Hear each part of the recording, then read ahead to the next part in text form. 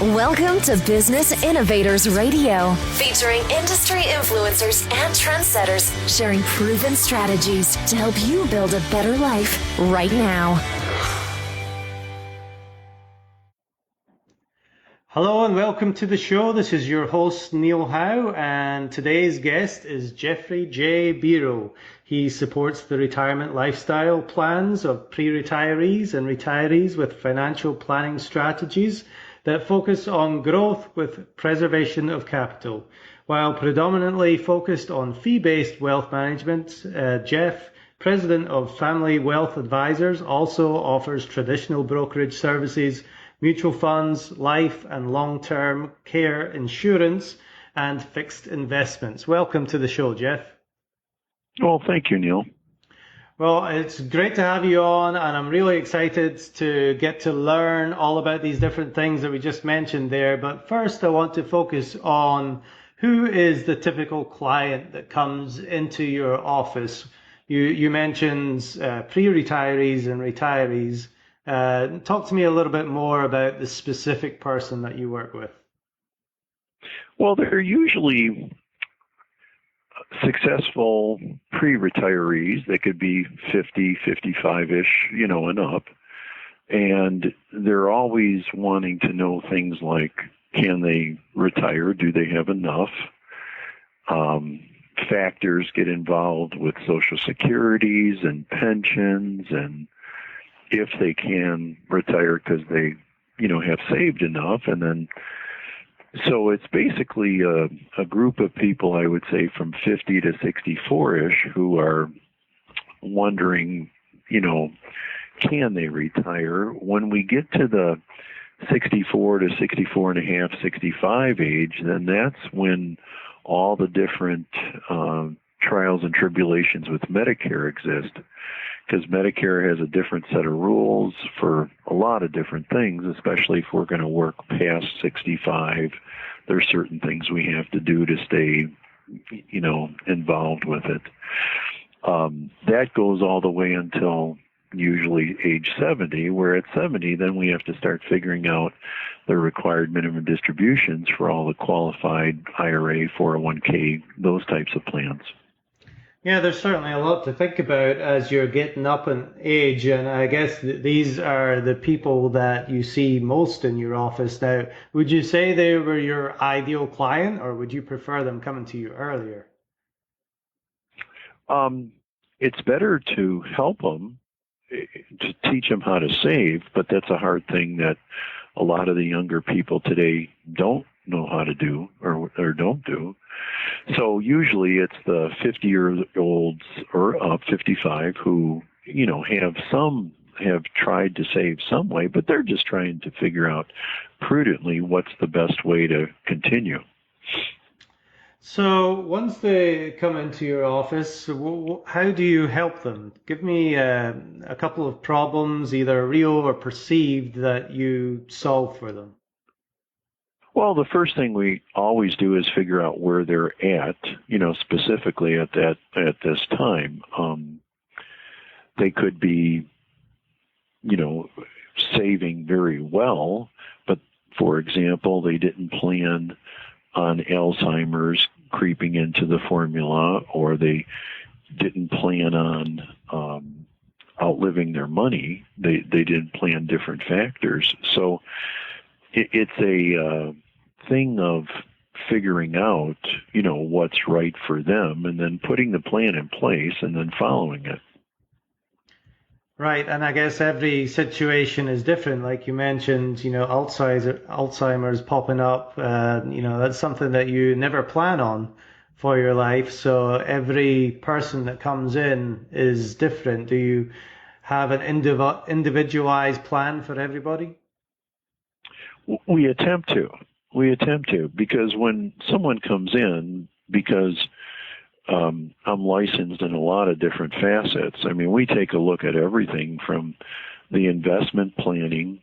Most all the time when I meet somebody, when I do the proper Morningstar analysis, they're always taking usually too much risk, in their portfolio. Mm-hmm. When it comes to the insurance side of the planning, there are certain things such as long-term care, that they haven't figured on. One little tidbit on once we're getting close to retirement when it comes to the Medicare planning that people don't really understand is the cost for Medicare Part D and how it impacts the prescription portion of a client's retirement. That is a huge, there's huge spreads in the disparities between what one company would charge versus another for the same type of medications. And then I focus quite a bit on estate planning. Does the person have the right wills and powers of attorneys and all those type of different things? Is it going to do what they think it will? In that regard. So everybody comes in with different situations. Explain to me a little bit of the process and how you sit somebody down and find out everything about them so that you can help them in the best way. Well, we usually give them like a little bit of a fact finder of sorts where they fill out their information, and it goes through all different types of things of what they want. It addresses the investment planning, the insurance, what they currently have, that type of thing. It kind of goes through what they want me to do for them, how they want me to help them. There's almost always you're looking at that and then, addressing what the client needs. Now, most of the time it's because they're coming to one of my Medicare classes that I teach or, Social Security. And so it's usually focused on a particular area, but we do that's the specifics where we're much more into in the first meeting, going through the general, of where they're at. Depending on their age, it gets back to the thing of, can they retire at 62, 65? Can they retire? Will the money that they've amassed with the proper interest rate, will it work? Will it last until they pass away? So the initial client, the initial meeting, it's much where the person's trying to get to know me a little bit, and I'm definitely trying to get to know them, what they're trying to do with the rest of their life. It's like a new chapter. They've worked all their life, saved everything they could, and then they're coming to me to say, okay, how do I get from 65 as an example to age 95? How do I cover those 30 years? Right, and I've heard the analogy used that, those working years are you climbing up the mountain and then you get to that pinnacle point. And I think people spend so much time working and scaling the mountain, and then when they get to that point to where, retirement's just around the corner and they haven't actually thought about how they're going to get back down again. Certainly. So a lot of things creep into that. Are they pulling too much money out, or is it in a type of vehicle where it is guaranteed, where they can't outlive their money, or are they going to be in trouble when they get to be 85 if we haven't addressed what their plan is to do if they have home care or assisted living?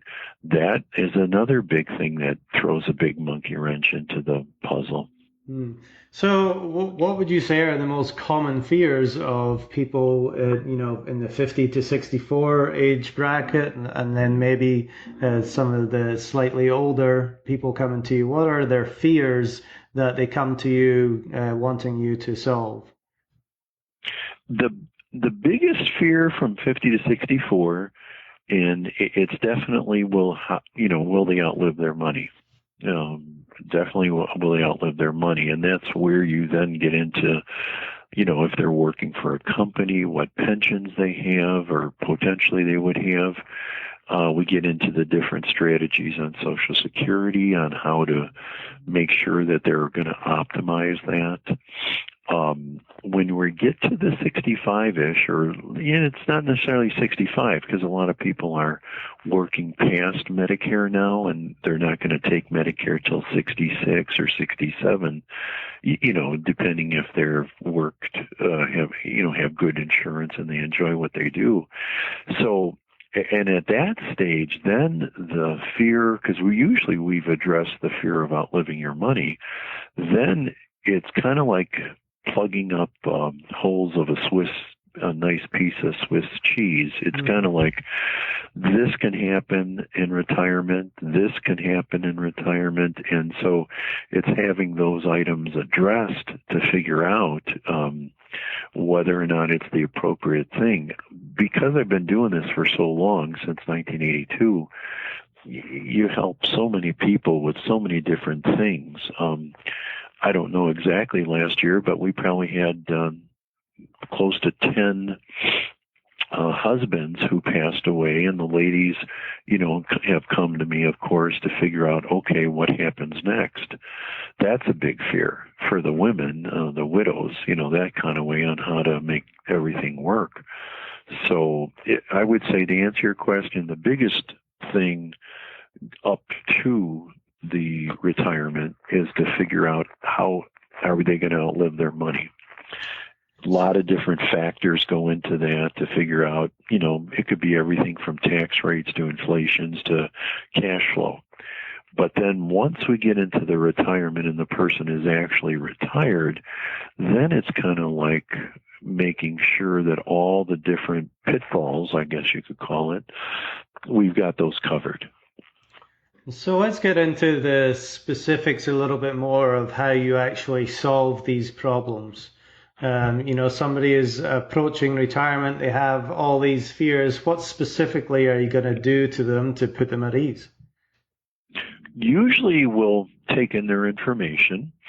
I'll go through a series of questions with them, such as, how much, a month were you planning on spending for necessity needs in retirement, and then lifestyle needs in retirement? And then we have wonderful software that we plug all that into, and the clients can very easily visually see if they're going to be okay or not just by the colors that are on the software. Makes it very easy for them to understand, we're in trouble or we're not. So, that's pretty much.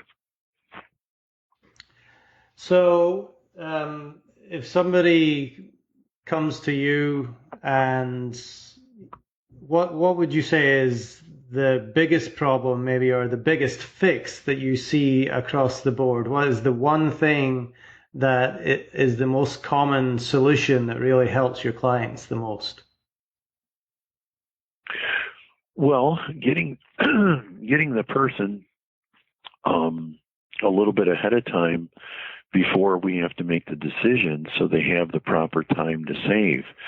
I'll give you an example.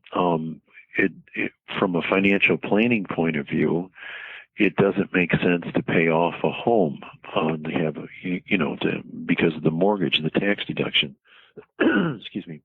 But when it comes to the peace of mind factor, a lot of the retirees want their homes paid for.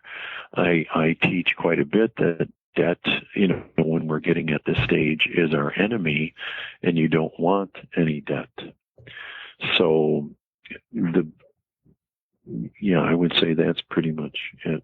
Well, talk to me a little bit more about that. You say that as you get older, it's actually more beneficial not to pay off your home? Well, depending on your tax bracket, if someone has a $1,500 mortgage payment, depending on their bracket again, of the $1,500, you're really only paying $1,000 because $500 of it is a tax write-off. So when it comes to the financial planning point of view, you're always better off having the tax write-off. But then you get into the customer, the client, what they want, and usually it's peace of mind. Usually they want, peace of mind in order to, in order to know that nothing can happen to them when they're in retirement. Right. So I guess there's somewhat of a conflict there in, maybe you saying that, well, this is going to be better as far as the numbers go for you, but from the client's point of view, it's not necessarily about the numbers. It's about having that peace of mind of owning the home. Very much so.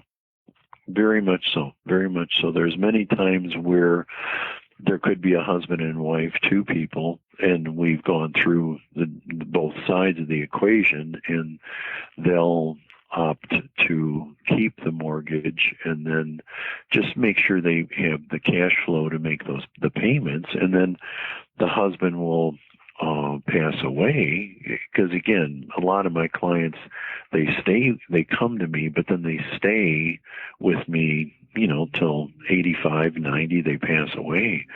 And one of the first things that usually the spouse does when the client does pass away is they want to pay off the mortgage. So, it's a peace of mind thing. Right. So what would you say is your magic or your expert ability that really draws people to you? Why do people come to you and become your client? Well, experience, I would say, in a real simple way. 1982 I started, and you have a lot of learning, from a 30-some year career or more.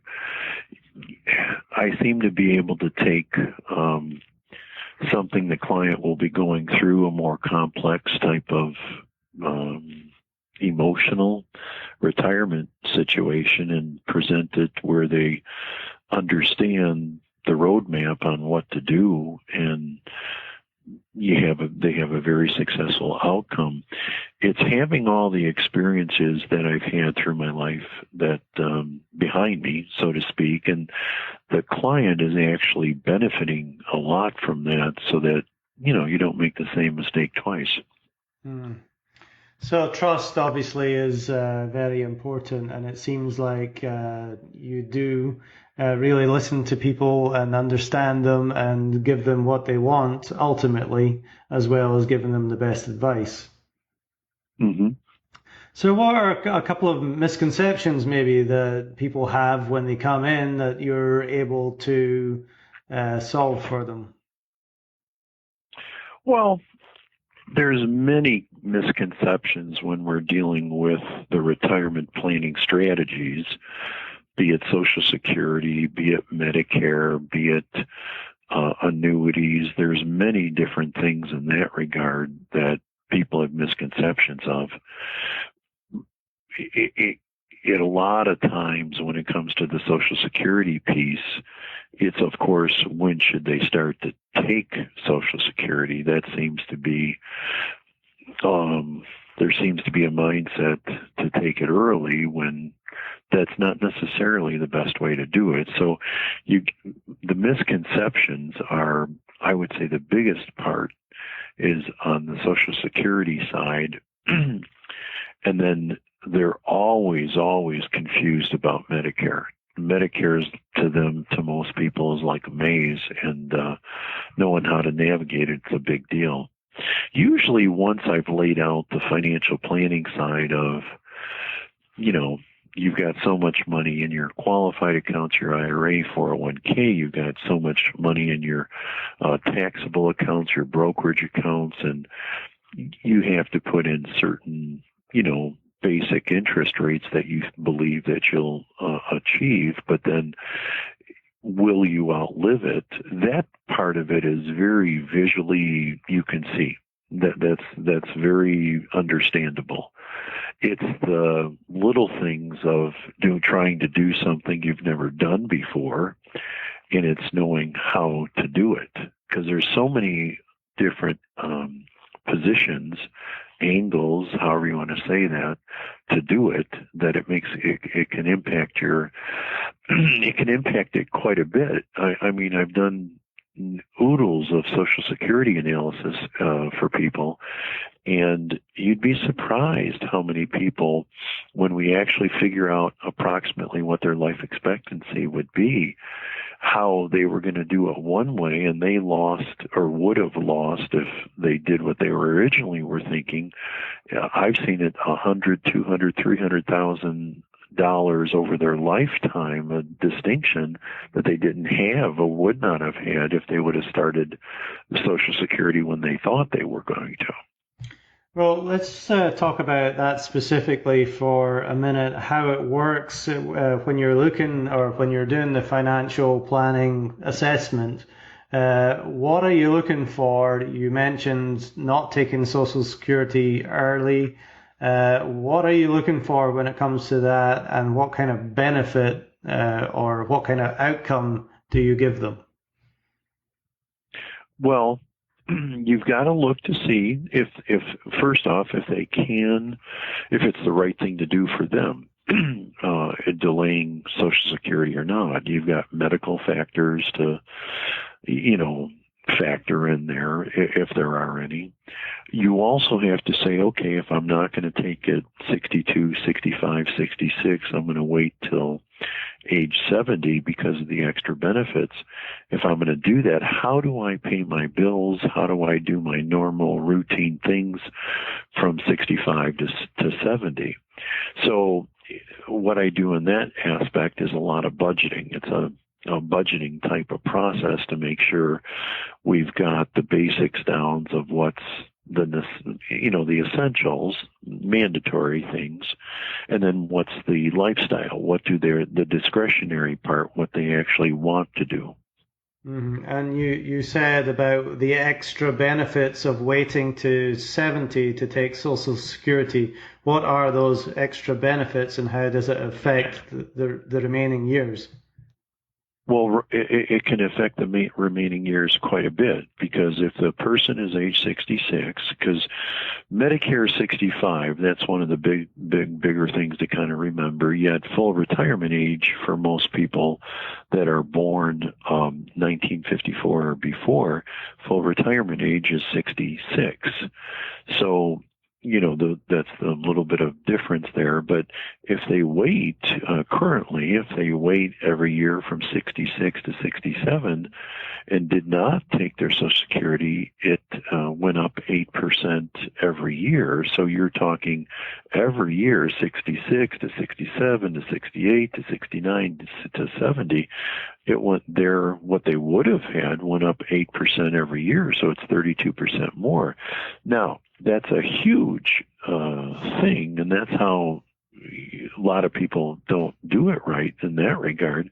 But that's a huge thing, because what you're doing, it's not one-dimensional. It's not just for you, Neil. It would be like if you made more than your spouse and then something happened to you when you're 80 years of age, your benefit, which was higher than your spouse's, then gets stepped up to your spouse, so she would inherit yours. So you're kind of impacting two people, not just one. Yeah, that's a huge difference in what you receive on a monthly basis, 30% plus by delaying it if you can. It certainly makes a big difference. Now, let's talk about Medicare for a minute. What are some of the issues with Medicare and how do you handle them? Well, first thing that you have to find out, and that's why I teach usually 2 classes a month at our office on this, and it takes a couple hours to do because it's that in-depth of a process. But the first thing I have to do is find out if they're going to retire when they're going to be 65 or not. What happened, I would say it started in about 2006, 2007. That's how I knew there was trouble coming in 2008. But people prior to that, because I've been doing these classes for a long time, they would always be waiting to retire at 65 and go on Medicare. But then back 2005, 2006, more and more people in the class would say, no, I'm going to work past 65. I'm going to go to 66. I'm going to go to 67, that type of thing. And unfortunately, there's 4 parts to Medicare, parts A, B, C, and D. And Part B, which is the doctor or the medical portion, and Part D, the drug portion, they have assessed penalties that you get involved with if you don't do it right. And I don't think they did it to, assess a penalty. It's just that there's a strict format, so to speak, to follow. And if you don't do it right, you can really get goofed up. I had somebody who did not come to one of my classes call me up to find out if there was anything they can do. And what occurred was they did not let Medicare know that they were going to not take Medicare. In other words, they were 65. So they had worked the 10 years, 40 quarters, which makes them eligible, to go on Medicare. It's the same thing that works for Social Security. But then they did not want to pay for the Part B, because Part B, there's a cost to it, and they didn't want to do that. Yet then a medical event happened. This person came down with cancer, and they were trying to get Medicare Part B, back in force, effective, if you will. And they were told they had to wait until July, and this was April. So a big deal. And what happens is there's certain open enrollment windows for different aspects of it, and they had missed it. And then to make it worse, there's for Part B, the doctor or the medical portion, there's a 10% per year penalty that they get assessed on it. So Medicare has a lot of different parts to it, a lot of different parts. They all are separate parts. And you just got to know. I mean, that's the only way that you can, by knowing each part, that's the only way you can properly pick, the proper insurance that they want to have. Because there's so many different choices there. And I love the fact that you do the classes in your office, because education is really what it all boils down to. There's a lot of people who are getting up in age that have no idea what their options are. So it is very important to get that education from a professional like yourself. Mm-hmm. Yeah. So let's talk a little bit more about you, Jeff, and your backstory. What inspired you to get into this industry in the first place? Where did your journey begin? Well, it began back in Chicago. I'm a Chicago, outside of Illinois, born and raised. Moved to Arizona, though, in 1982. And back in Chicago, I had started the practice under W. Clement Stone. It was combined insurance, and pretty much started to learn that side of it there. And then it's the helping the people, Neil. I'm very altruistic in nature, and the biggest reason why I'm still practicing now after all these years is I truly, truly, truly love to help a person solve a problem. People come in all the time with what about this and what about this, different situations, and it's how do you fix the problem? So that's kind of what makes me tick. Well, especially when you're solving their number one fear. I mean, their number one fear over death is running out of money before they die, and you're able to put yourself in a position that's going to put their mind at ease and help them solve that problem. So I imagine that it must be extremely fulfilling. It is. Because I have a couple people still, God bless them. The husband just recently passed away, and the wife is 90. And she comes to me, she comes in the office. She lives close to the office. So she comes in every now and then just to, she doesn't have a computer now, and she does not know much about the internet or anything like that. But in our conference room, I have a big screen TV, and every time she comes in, we chit-chat about different things. But then she wants to see her money. So I pick up, just go on the internet and show her, okay, it's right here, and this is how much you have here and here. And it's just a very good feeling of accomplishment for her. And her husband, to back up, had a pretty lengthy long-term care stay. Luckily, we had planned for that, so she did not get in trouble. Otherwise, that would have set her back immensely. But now, her biggest thing is, should she go buy a new pair of shoes or not?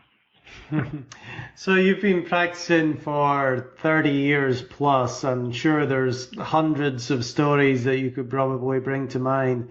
But what's one that really stands out when somebody came to you distraught about their situation, and how were you able to help them, and what was the eventual outcome? Well, a couple things come to my mind, and it was one particular. I use annuities, Neil, but I use annuities, I feel, for the right thing, which is if you came to me and said, okay, my necessities and my lifestyle for this time period is $6,000 a month, hypothetically, and yet your Social Security and pension was only $4,000 a month. I would use an annuity, different types, but I would use an annuity to, guarantee that $2,000 distinction. This problem that I encountered, the person had just, within days, had just bought over $750,000 of an annuity and didn't do any other type of planning at all that I could tell, as far as like what would be liquid. I mean, in my opinion, just not the right way to do it. And so we were able to undo all of that, and we set him up in different buckets, where the first bucket he would use between now and the first 3 years, and then 3 to 5, and then 5 to 10, and then 10 and beyond. So we had his money pretty much spread out in different risk factors for different things there, so it could potentially, serve him the best way in growth. And the biggest compliment, I would say, was him and his wife in the conference room started crying. And then he picked up the phone. We have a phone in the conference room. And he called his son right there on the spot and said, I'm going to introduce you. You got to get down here and meet this guy. I want you to take over, let him take over all your stuff. So that probably was the biggest compliment. One of the bigger ones, I should say. Yeah, that's some vote of confidence. And, annuities are great to have that guaranteed income to put your mind at ease when there's a shortfall. But explain to me a couple of things that about annuities that you have to think about. You said he put up $750,000. What do they have to think about other than just handing the money over? Oh, a lot, Neil. That's a huge, huge, huge thing. You always have to have the liquidity needs in your mind.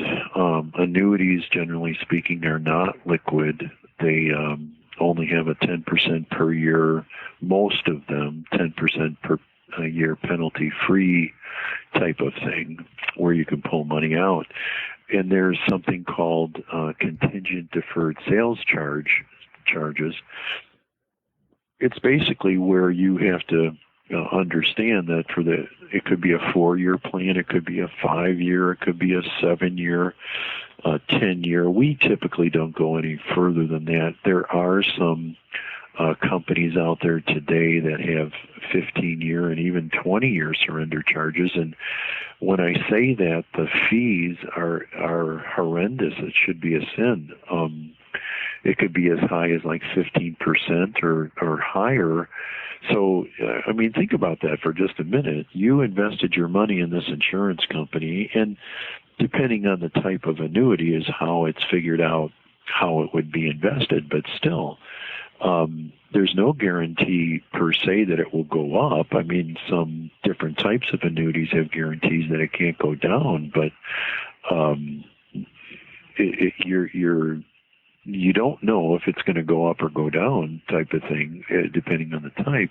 And yet you can't get to all your money for all these years, or if you did, there's a penalty. So I'm very cautious with that, because annuities, in my opinion, should be used for the right reasons, not, just to sell them, type of thing. Mm-hmm. There's been a lot of insurance-only type of people who do that, and I think that's one of the reasons why the Department of Labor is, doing things about that as we speak. And of course, most of the people don't know what to ask, what to look for. They're sold by a salesperson, and it's just a case of sign here without really knowing all the ins and outs, which is why it's very important to talk to a financial advisor like yourself.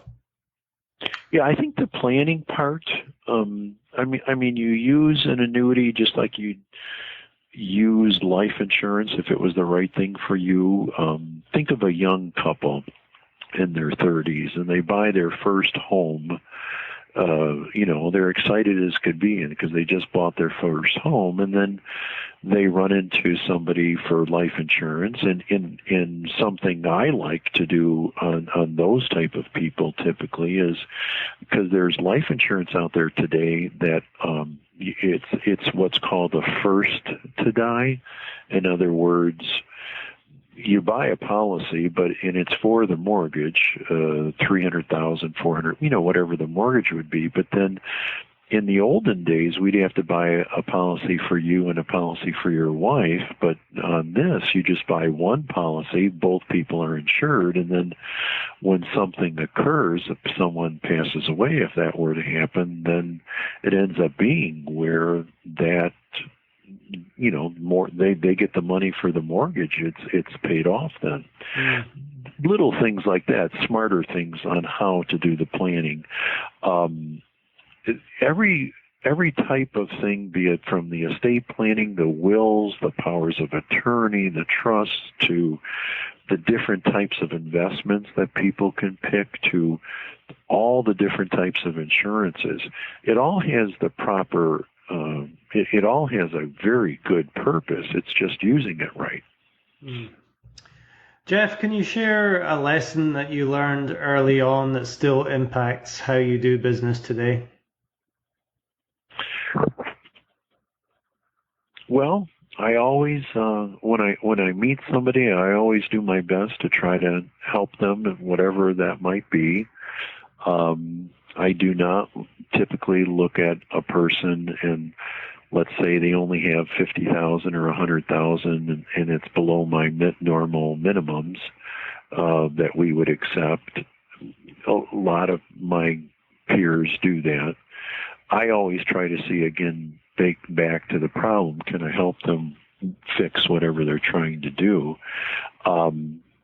I've always, and still to this day do, keep the client's best interest first. I always ask myself after I meet the person and they do whatever they're going to do with them, did I make them better? Did I help them? Did I create a better life for them because of what I did? Well, I can definitely tell that you're passionate about what you do and the fact that you're helping people. Now, we've covered a lot of different things. There's a lot of great information today. If there's one thing that we might not have covered yet that you could share with somebody who's considering retirement, what would that be? Talk to somebody like myself or somebody that has been doing retirement 10 years or more. I wouldn't necessarily trust there still could be good people, but I necessarily don't have the hard knocks yet to know what it's like to go through different time periods. So I would definitely find somebody that's been doing it for 10 years or more, and you got to get along with them. Just like my clients, they know me, they know a lot of my ways and why we do this or why we do that, and that's very important when you're handling a person's money. That's critical, actually. Yeah, it's definitely important to get advice from somebody that knows all the ins and outs of the financial market. Now, how are people going to get in touch with you, Jeff, if they want to get some advice or learn more of your knowledge? What's the best way for them to contact you? The office phone number is 480-969-5667. 480-969-5667. Toll free, it's 877-525-7770. That would be the easiest way. Of course, we have websites. The name of the company is FamilyWealthAdvisors.com, and then I also have a marketing. If you like to listen to blogs and read about different topical areas, under my Biro, my last name Biro, BiroFinancial.com. We have a lot of different things from a marketing standpoint there. Well, I really appreciate you talking with me today. We've been talking with Jeffrey Biro, and thanks for all the knowledge that you have shared. I know it's going to help our listeners, so thank you very much, Jeff, for being on the show. And thank you, Neil. And to our listeners, if you like what you hear, please take a minute and hit that like button and share, and we'll see you next time on the show.